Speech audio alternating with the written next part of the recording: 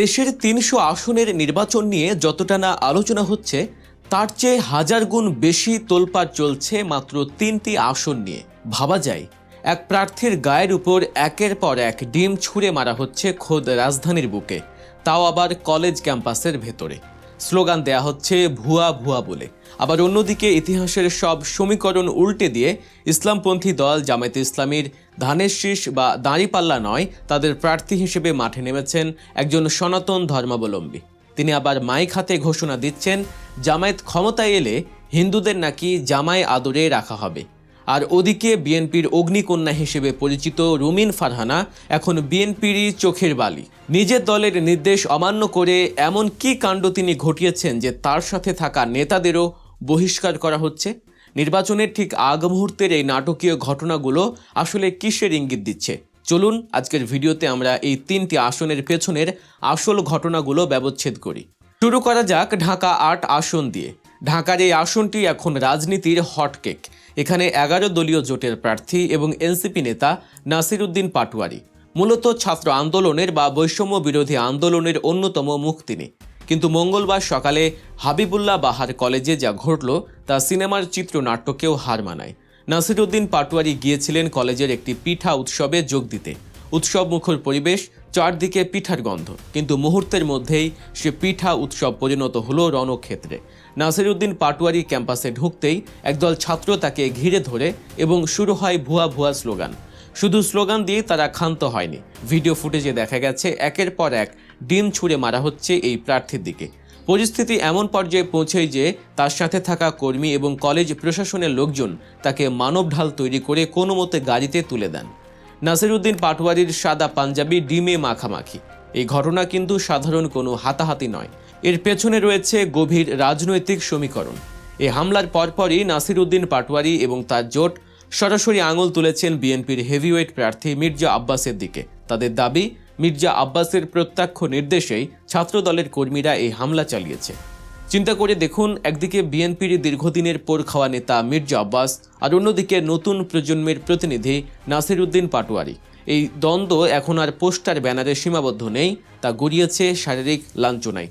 এই ঘটনার পর এনসিপির আরেক শীর্ষ নেতা ও বৈষম্য বিরোধী ছাত্র আন্দোলনের পরিচিত মুখ নাহিদ ইসলাম ও হাসনাত আবদুল্লাহ সরাসরি হুঙ্কার দিয়েছেন। নাহিদ ইসলাম সংবাদ সম্মেলনে বলেছেন, এই আচরণের পরিবর্তন না হলে পরিণতি ভালো হবে না। তিনি স্পষ্ট করে বলেছেন, ব্যালটের জবাব যেমন ব্যালটে হবে, তেমনি রাজপথের জবাব রাজপথেই দেয়া হবে।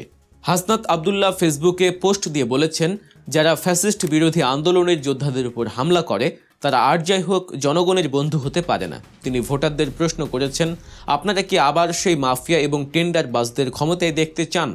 নাসির উদ্দিন পাটোয়ারি নিজেও কিন্তু ছেড়ে কথা বলেননি। ডিম হামলার শিকার হয়েও তিনি গর্জন করে বলেছেন, তিনি নির্বাচিত হন আর না হন, ঢাকা ৮ আসনে কোনো চাঁদাবাজ বা মাফিয়া তিনি রাখবেন না। অর্থাৎ ভোটের আগেই ঢাকা ৮ আসনে বেজে উঠেছে যুদ্ধের দামামা। এবার চলুন দৃষ্টি ফেরানো যাক খুলনা ১ আসনের দিকে। বাংলাদেশের রাজনীতির ইতিহাসে এমন ঘটনা আগে কখনো দেখা গেছে কিনা সন্দেহ। জামায়াতে ইসলামী, যাদের রাজনীতি মূলত ইসলামী আদর্শকে কেন্দ্র করে, সেই দলটি এবার খুলনা ১ আসনে মনোনয়ন দিয়েছে একজন হিন্দু প্রার্থীকে। তার নাম বাবু কৃষ্ণ নন্দী। হ্যাঁ, আপনি ঠিকই শুনেছেন, কোনো ইসলামী দলের হয়ে সনাতন ধর্মাবলম্বীর প্রার্থী নির্বাচন করাটা চমকপ্রদ তো বটেই, একই সাথে আলোচনার কেন্দ্রবিন্দু। বাবু কৃষ্ণ নন্দী শুধু প্রার্থী হয়ে বসে নেই, তার নির্বাচনী জনসভার বক্তব্যগুলো রীতিমতো ভাইরাল হচ্ছে। তিনি দাবি করেছেন, তাকে মনোনয়ন দেওয়ার মাধ্যমে জামায়াতে ইসলামী প্রমাণ করেছে তারা অসাম্প্রদায়িক। তিনি আরও এক ধাপ এগিয়ে মন্তব্য করেছেন যে তাকে নাকি স্বয়ং আল্লাহর তরফ থেকে দূত হিসেবে পাঠানো হয়েছে। তবে সবচেয়ে বেশি শোরগোল ফেলেছে তার জামাই আদর তত্ত্ব। তিনি খুলনার এক জনসভায় দাঁড়িয়ে জোর গলায় বলেছেন, অনেকেই বলে জামায়াত ক্ষমতায় এলে হিন্দুরা দেশে থাকতে পারবে না, কিন্তু তিনি গ্যারেন্টি দিয়ে বলছেন, জামায়াত ক্ষমতায় এলে মুসলমানরা হিন্দুদের জামাই আদরে রাখবে, কোনো হিন্দুকে আর ভারতে চলে যেতে হবে না। কৃষ্ণ নন্দীর এই বক্তব্য নিয়ে সোশ্যাল মিডিয়ায় চলছে তুমুল বিতর্ক। কেউ কেউ একে জামায়াতের নতুন রাজনৈতিক কৌশল বা গেম চেঞ্জিং মুভ হিসেবে দেখছেন, আবার কেউ একে নিছক নির্বাচনী গিমিক বা স্টান্টবাজি বলেও উড়িয়ে দিচ্ছেন। তবে কারণ যাই হোক, খুলনা ১ আসনটি যে এবার সারা দেশের মানুষের কৌতূহলের কেন্দ্রে তা নিয়ে কোনো সন্দেহ নেই। একটি ইসলামী দলের প্রতীকে একজন হিন্দুর ভোট চাওয়া এবং তার পক্ষে হাজারো টুপি পাঞ্জাবি পরিহিত মানুষের স্লোগান দৃশ্যটি বাংলাদেশের রাজনীতিতে নিঃসন্দেহে বিরল। তবে রাজনীতির মাঠের আসল নাটকটা বোধহয় জমিয়ে রেখেছেন ব্যারিস্টার রুমিন ফারহানা। ব্রাহ্মণবাড়িয়া 2 আসনে যা ঘটছে তাকে এক কথায় বলা যায় ঘরের শত্রু বিভীষণ, অথবা একাই 100। বিএনপির সাবেক এমপি এবং একসময়ের সংসদে ঝড় তোলা নেত্রী রুমিন ফারহানা এবার তার নিজের দলের বিরুদ্ধেই দাঁড়িয়ে গেছেন। বিএনপি এ আসনে তাকে মনোনয়ন দেয়নি, কিন্তু রুমিন কি দমে যাওয়ার পাত্রী? তিনি স্বতন্ত্র প্রার্থী হিসেবে মাঠে নেমেছেন এবং প্রতীক পেয়েছেন হাঁস মার্কা।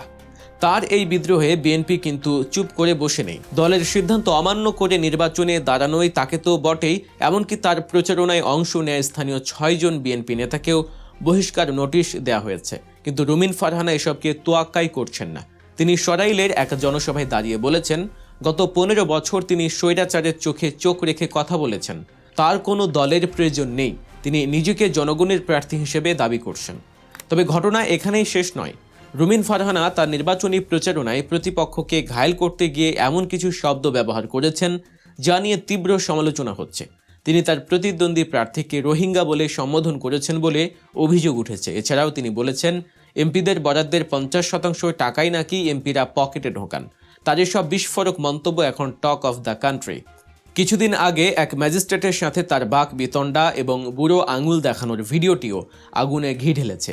রুমিন ফারহানা স্পষ্ট বার্তা দিচ্ছেন, দল পাশে না থাকলেও তিনি মাঠ ছাড়বেন না, কিন্তু বিএনপির মতো একটি বড় দলের সাংগঠনিক শক্তির বিরুদ্ধে তিনি কি পারবেন বিজয়ের হাসি হাসতে, নাকি এই জেদ তার রাজনৈতিক ক্যারিয়ারের জন্য বুমেরাং হবে?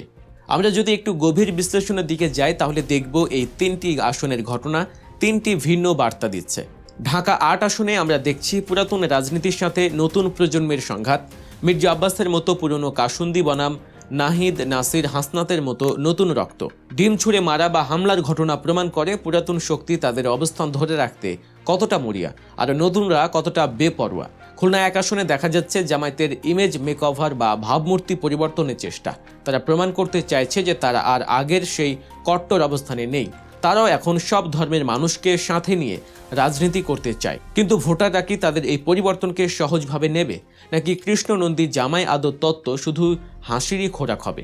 আর ব্রাহ্মণবাড়িয়া 2 আসনে দেখা যাচ্ছে ব্যক্তিগত ক্যারিশমা বনাম দলীয় আনুগত্যের লড়াই। রুমিন ফারহানা প্রমাণ করতে চাইছেন ব্যক্তি জনপ্রিয়তায় শেষ কথা, কিন্তু বাংলাদেশের প্রেক্ষাপটে দলীয় প্রতীকের বাইরে গিয়ে যেটা কতটা কঠিন তা ইতিহাস আমাদের বারবার দেখিয়েছে। নির্বাচনের দিন যত ঘনিয়ে আসছে উত্তাপ তত বাড়ছে। এই উত্তাপ শুধু কি কথার লড়াই আর ডিম ছোড়াছুড়িতে সীমাবদ্ধ থাকবে, নাকি তা আরও বড় কোনো সংঘাতের দিকে মোড় নেবে, সেটা এখন দেখার বিষয়। নাসির উদ্দিন পাটোয়ারি কি পারবেন ছাত্র জনতাকে সাথে নিয়ে মির্জা আব্বাসকে চ্যালেঞ্জ জানাতে? কৃষ্ণনন্দী কি পারবেন জামায়াতের ভোট ব্যাংক আর হিন্দু সম্প্রদায়ের ভোটের মেলবন্ধন ঘটাতে? আর রুমিন ফারহানা কি পারবেন বিএনপির দুর্গে হানা দিয়ে স্বতন্ত্র হাঁস প্রতীকে জয়ী হতে? এসব প্রশ্নের উত্তর মিলবে আগামী 12ই ফেব্রুয়ারি ভোটের দিন। তবে একটা বিষয় নিশ্চিত, এই নির্বাচন শুধু ব্যালট পেপারের লড়াই নয়, এটি মনস্তাত্ত্বিক লড়াইও বটে। প্রার্থীদের প্রতিটি কথা, প্রতিটি অ্যাকশন ভোটারদের মনে গভীর প্রভাব ফেলছে। হাবিবুল্লাহ বাহার কলেজে যা ঘটেছে তার বিচার কি হবে? নির্বাচন কমিশন কি আদৌ কোনো পদক্ষেপ নেবে? হাসনাত আবদুল্লাহ যেমন বলছেন, কলেজ প্রশাসন ও দল হিসেবে বিএনপি কি ব্যবস্থা নেয় তা দেখার অপেক্ষায় আছে দেশবাসী। দর্শক, এই 3টি আসনের মধ্যে কোনটির লড়াই আপনার কাছে সবচেয়ে বেশি আকর্ষণীয় মনে হচ্ছে? জামায়াতের হিন্দু প্রার্থী রুমিনের বিদ্রোহ, নাকি নাসির উদ্দিনের উপর হামলা? আপনার মতামত অবশ্যই কমেন্ট করে জানান। ভিডিওটি ভালো লাগলে লাইক দিন এবং শেয়ার করুন। আরও এমন সব এক্সক্লুসিভ পলিটিক্যাল আপডেট মিস করতে না চাইলে এখনই সাবস্ক্রাইব করুন গল্প নিউজ। দেখা হচ্ছে পরের ভিডিওতে। আল্লাহ হাফেজ।